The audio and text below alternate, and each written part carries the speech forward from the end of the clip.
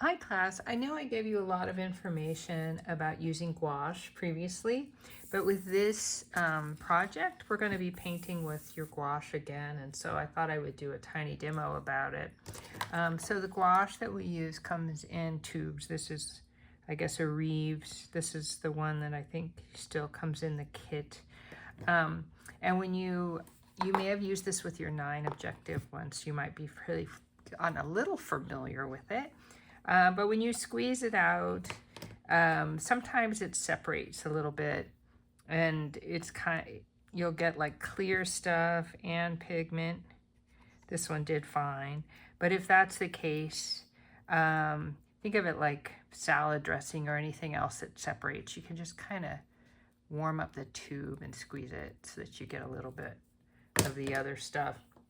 In terms of painting with it, it's hard to make a flat, opaque shape. That's why we have you do it, because it's a little bit hard, but worthwhile. And I wanted to show you a couple things. For this assignment, we're going to have some sort of geometric shape in the background. And so I wanted to show you on this other piece of Bristol that I was just using for tests. One thing you can do to get a nice clean edge, now if there are leaves or something going through it, you're going to need to allow for that. But say you have a nice, say you do some sort of parallelogram and you have this sort of nice crisp corner and you want to keep that, you can just try to paint carefully that edge, but taping it out with your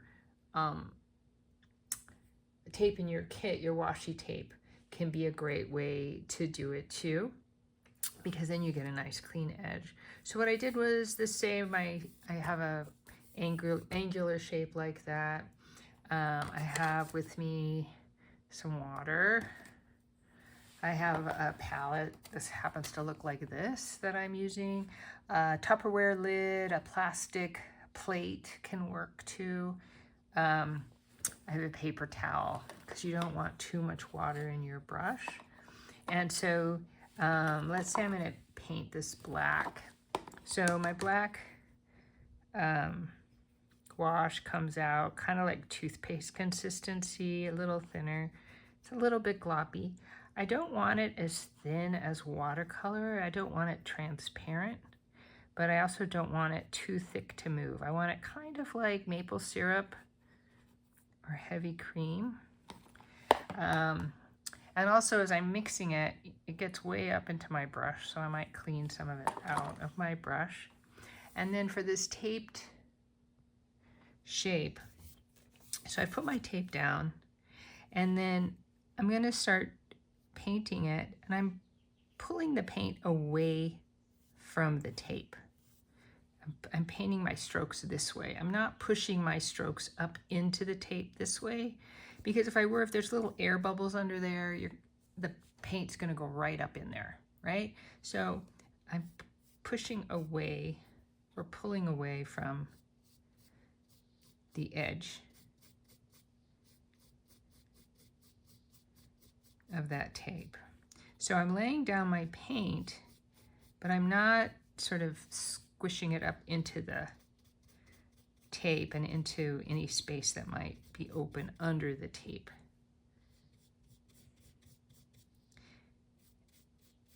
If you do it at a slight angle, then you can avoid having like a white edge, right? And you can go up and down, but you just want to avoid sort of like jamming your brush into the tape edge, because you can lift the tape up.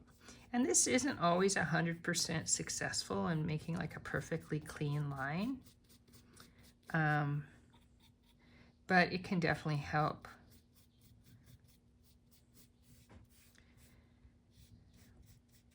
Okay, so that black is pretty opaque. Another thing you'll notice, opaque means not see-through. Another thing you'll notice with your gouache, some colors are really transparent.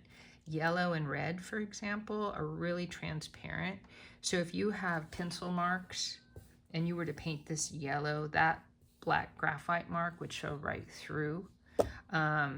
So if you really want yellow or red, I might suggest adding just like a little dollop of white, not enough to change the color, but just to try and make the paint a little more opaque.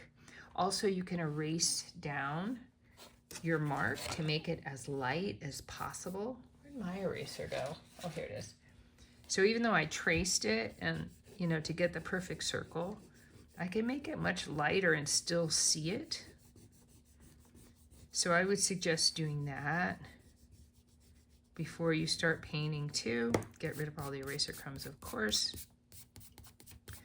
Or you can just do a couple of coats. So paint it out and then let it dry and paint it again. Okay, so here's this one. Now I'm going to peel the tape up. And if you leave the tape overnight, or if you really burnished it down hard, rubbed it down hard, it can be hard to pull up. I did this pretty quickly, but even still, it might stick. If it gets really sticky and it feels like it's tearing your paper, you could take a blow dryer and heat it up, and very often the warmth of the blow dryer will soften the adhesive. But as I pull it up, I also pull it at an angle. So rather than just straight up like a Band-Aid, I kind of lift it at an angle.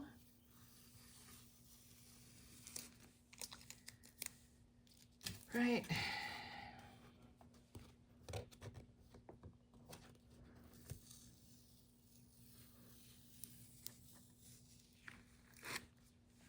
So even at the end of that, even though I did it lightly, I got a little bit of lifting of the paper. Not quite a tear, but a little lifting. So don't go fast. Let yourself peel it up kind of carefully. All right. So there, I now have a nice crisp edge, right? With no stress. I can see here that a little bit of the black, I've got some white that shows through there. And I dropped my brush in the water while I was waiting, so it's too wet now. So I'm gonna dry it off a bit on my paper towel. And then my gouache is still wet, so I don't have to worry about that, right? I'm just dipping it in the gouache. If it gets too dry, you can add a little water to it and reactivate it. So you're not wasting it if it's in your palette. You could reuse it. You just have to re-wet it. So now I'm just gonna go over this area that it looked like I covered it, but now I'm seeing white come through. And hopefully that will stay nice and crisp and flat. Okay, so that's one thing I wanted to show you. Here's another. I was doing some little tests, right? And here's another thing with the tape, right? And that tape's been on there for a few hours. But still came off pretty clean. Okay, in terms of making that shape. Now this is a curved shape that I painted, and what you can see, even though I tried really carefully to make it really even and flat, you can see it's still brushy. So what you can do is let it dry. Because if you try to paint back into it while it's wet, it just keeps lifting up the paint. My blue paint is dried a little bit on my palette. I could always squeeze out more. I'm just gonna see if I can reactivate this. I probably should have made sure I could before, but let me just see. Yeah, it's getting some. So I'm really trying to pull the pigment back in, because again, I don't want a watery clear paint. I want it to be more like cream, or almost as much as like maple syrup. Okay.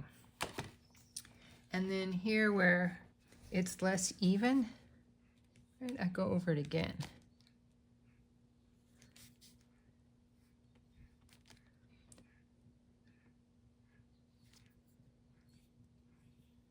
And the goal is to have it look as flat and uniform as possible. You don't want a lot of expressive brush strokes in this because you're trying to make a flat negative shape out of it.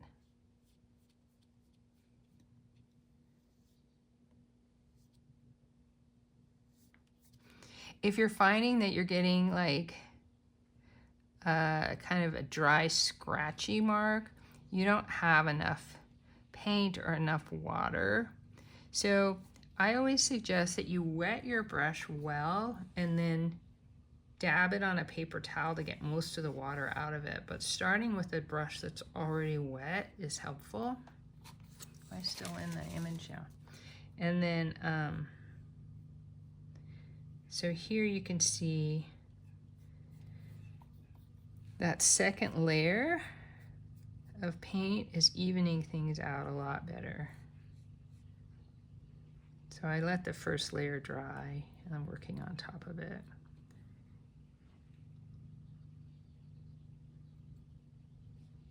Okay, so we'll see when that dries. I think it's going to be a lot better. Okay, go back to normal distance. Now, about painting curves, maybe I'll do the black. Where's my paper towel? Oh, here's my paper towel. So, so this little circle here, say I want to paint that black. I tried to find brushes like you guys have in your kit. This is just one I have around. This one has kind of an angled tip. You can use a round brush. Oh, here's one that's a little shorter. I wonder if I like that better. So you can't, I can pull it in. I'm sticking it in the water because it was dry just in my brushes. Then I'm getting most of the water out. You can see, I don't know if you can see it, but my black is already starting to dry. It's a warm day. I'm gonna pull the wet paint over. I'm dipping my brush in the water. I'm just putting like the littlest drop because most of the paint is still wet. Okay, now this is not that easy. Some of you might be really good at this. I am not, but I can do it. So say I want to paint that curve. Rather than putting my brush right on the line to start, I put my brush a little inside and then I use the tip of the hairs of the brush to reach out to that edge.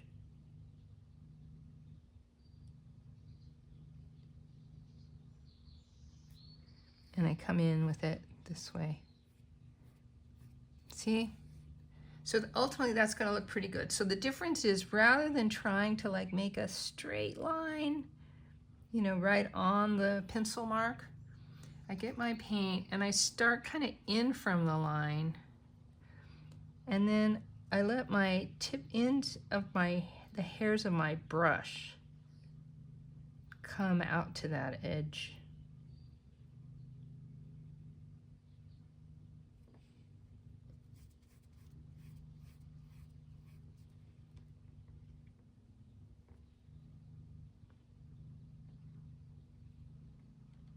Now you could do a round stencil if you have adhesive material like the tape that you could cut a circle, put it down or something, but generally this will work well enough.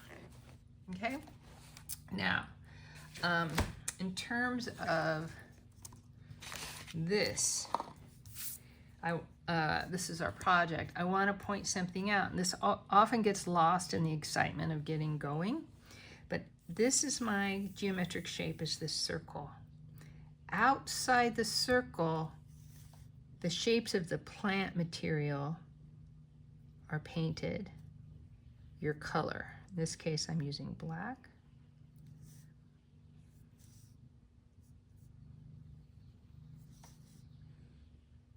And in your kit, you have 3 or 4 brushes, so depending on the size of the shape, you might want to try a skinnier brush or your wider brush. Now, if it looks kind of dry and brushy on that edge, you can come back and deal with that, because you want all the edges to be crisp and clear, like a puzzle piece, right? There's no question where the edge of that puzzle piece stops and how it clicks into the next piece, right? You don't have texture on the edge of that. Okay, so outside my circle, I want to make the tip of that leaf nicer, because in my drawing it goes to a pretty good tip. That's somewhat better. And we'll see if, as this dries, if it looks like a nice flat shape or if I'm going to have to go over it again.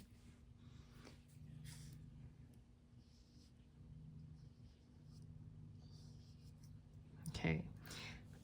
Inside the circle, the negative space is painted black, or whatever your color is, right? And you can turn your paper for access. I'm left-handed, so I'm very familiar with having to turn paper to not smudge or whatever. Although with my camera, I probably shouldn't be turning it quite this much. But so inside my geometric shape, I paint the negative space the color, and I leave the leaf or plant material the white shape.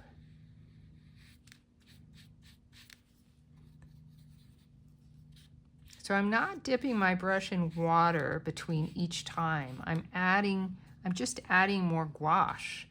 So I think people who use watercolor or haven't used paint in some time tend to want to clean their brush after every stroke, but you end up with way too much water.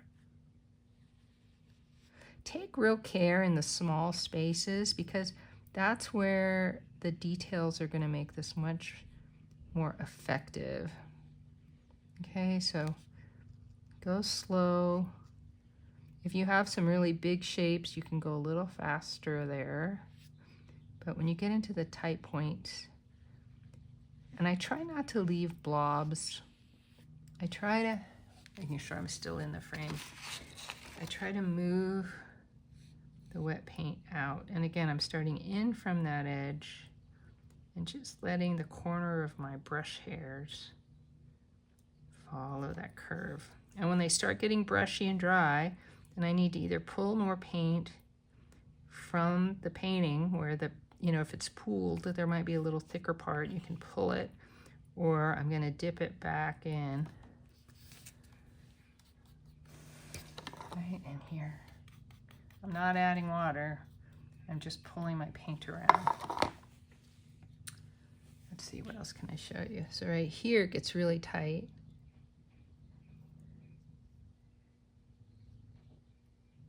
So I want to be careful. Just get in there. I'm using just the tip of my brush to get into that smaller space. And then it's small over here too. You really want to maintain all the detail in your drawing, so take care. You don't want to end up just lopping off tons of detail because you're moving fast. Practice first on another piece of your paper, right? Do some quick shapes and practice. There's hardly anything where you expect to do it perfectly the first time without practicing it. But somehow when it comes to art making, I have students, they just expect the first thing they do to be perfect. And if it's not, then they're like, okay, that proves it. I can't do this, right? But the fact is, you practice everything. If you play video games, right? You practice so much. You just die and die and die and regenerate, and it's part of the game. In art, too, you have to be ready to make mistakes and then ready to do it again. There's nothing that says you can't start over if it goes wrong. If you thought about how much time you spent learning to use the drawing tools on your tablet, you wouldn't be shocked at how much time it takes to learn to do analog art. There just is no digital trash can. There's no layers to undo, so that part is frustrating if you're not used to that. But it keeps you in the moment.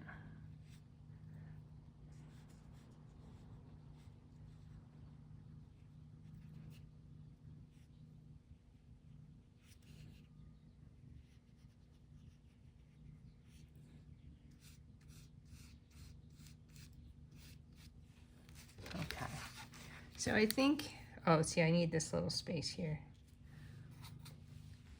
Now, if I had your kit, I'd probably switch to a smaller brush for this. You know what? I probably have a smaller brush right here. Okay, this is a really small brush. But why not try it?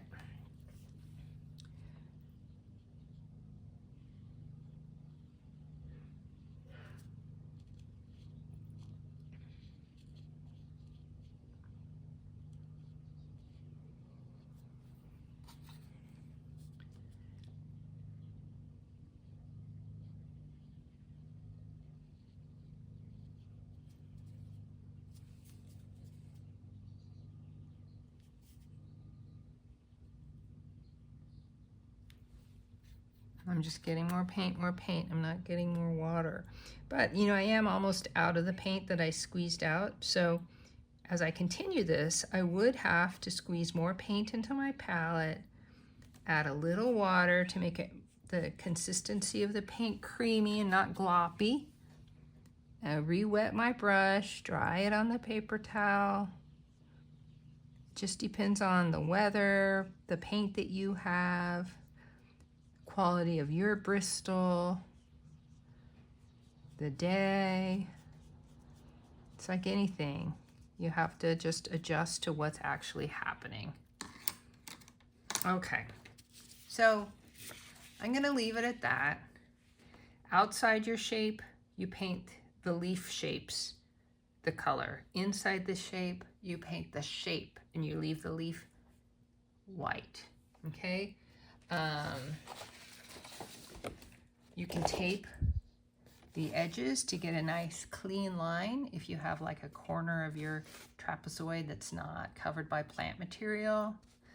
And if it is kind of streaky, you could let it dry and add a second coat and see if that helps.